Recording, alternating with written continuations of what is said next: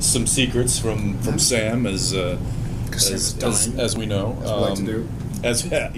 As we like to do. Wants to do. We're just talking about that. There's a scene coming up in today, or is it today? Yeah, it's today's work, where something said like, well, you know, the brothers have each other, and that's what counts, right?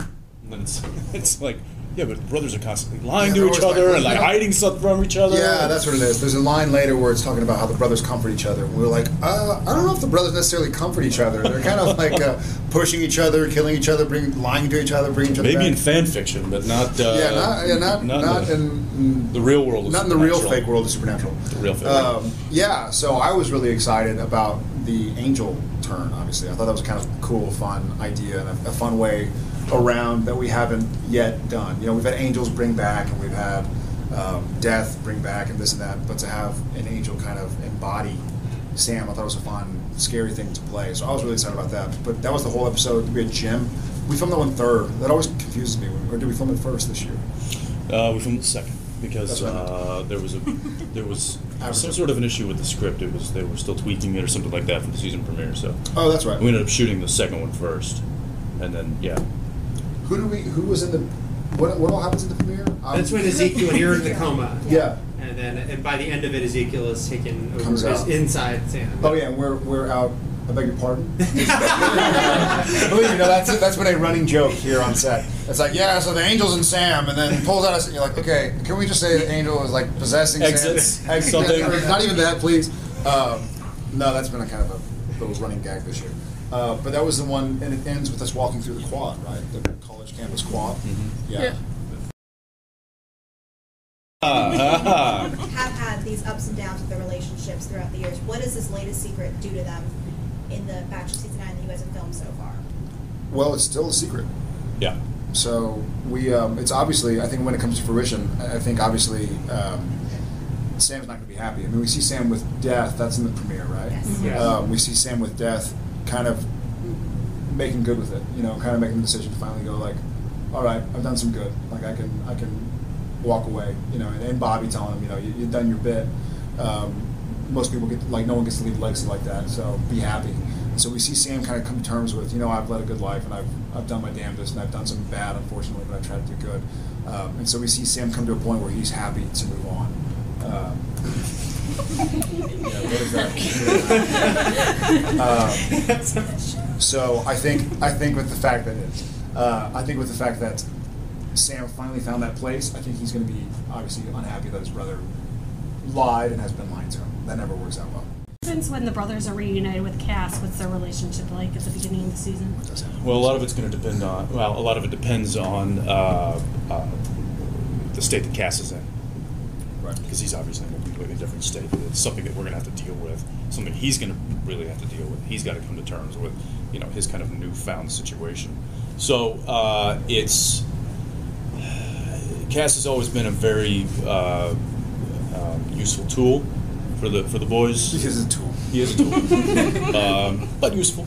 Yeah. Useful.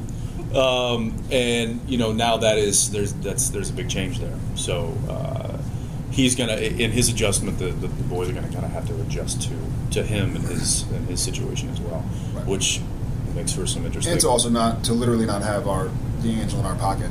I mean, we have kind of an angel, but part of the deal that Dean makes very clear to Ezekiel is you're not just going to keep popping out. Like I don't want my brother to find out about this. I don't want to just like have you fix everything when it happens. We've got to just try and fix Sam and let's go forward. So we see that struggle for a few episodes, but then when do we first run into Cass? What's that? He gets we run into him because he gets found. I'm trying to remember what season are we? You got to remember we're shooting episode 8 right now. Yeah. So I'm trying to figure out. Let's see. Yeah. So he runs into an issue with the female. Yes. And then I tell him to get his ass back to the bunker. That's right. But then because he's there, and because of what Sam's going through with his situation, there's a bit of a conflict there. And there's a big war in heaven, or not in heaven, but the war that was in heaven is now on earth and hardcore. And so there are factions of angels, obviously, that are out for Cass's head, That are hunting- out for hunting Ezekiel's Cass. head. And so I know Ezekiel probably feels that it's unsafe to have Cass around because if Cass is a beacon for angels that hit Cass, then if angels show up, then And Cass doesn't have the power that he needs to defend himself or protect himself Or to get or to away. protect us. So Dean literally has to sit down with him and be like, "You gotta go," and that then sends Cass out on his own to fend for himself, which we come to find out. I think last episode 7, we come to find out where he's been and what he's been doing, and that's pretty fun. A little bit about who's Dean leaning on through all this, because he doesn't really have Sam to lean on like he might have in the past. Not the way he has, simply because of Ezekiel and what he's doing inside and what he's the work that he's doing within Sam, and that's so yeah, it is a bit of an eggshell situation for Dean that he's not used to. Well, I say that he probably has at some point in the past 9 years. But yeah, as far as leaning on, he doesn't have Cass, and he doesn't have his brother Classic sense. to what's that? In the classic sense. Jim Michaels was lurking in the Video bomb, window.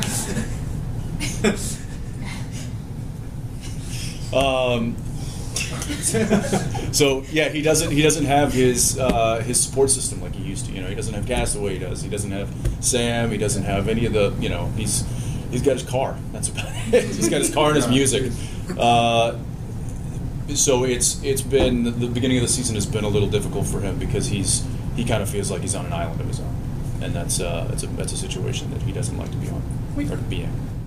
And I think it's so cool. Like, I think this storyline, the story arc this year, I truly am so excited and thrilled about it. Like, I'm really excited to sink my teeth both into what I get to do with Sam and Ezekiel and whatnot, but also just the angels on Earth and the different factions of warring angels. I'm really getting into it. It has a sort of, I don't want to say a season 4 feel to me, but it has this feel where the boys aren't just doing Monster of the Week type thing or just one-off funny Dorothy changing channels type thing, but we actually have another war going on that we need to try and figure out. That's who's so much good. bigger than them. Yeah. A bigger like angels and demons, and now angels and who's Who can we lying, who's trust? not. Yeah. And so it's a fun position for the boys to be in. I like that kind of stuff. So Hope you guys enjoy it.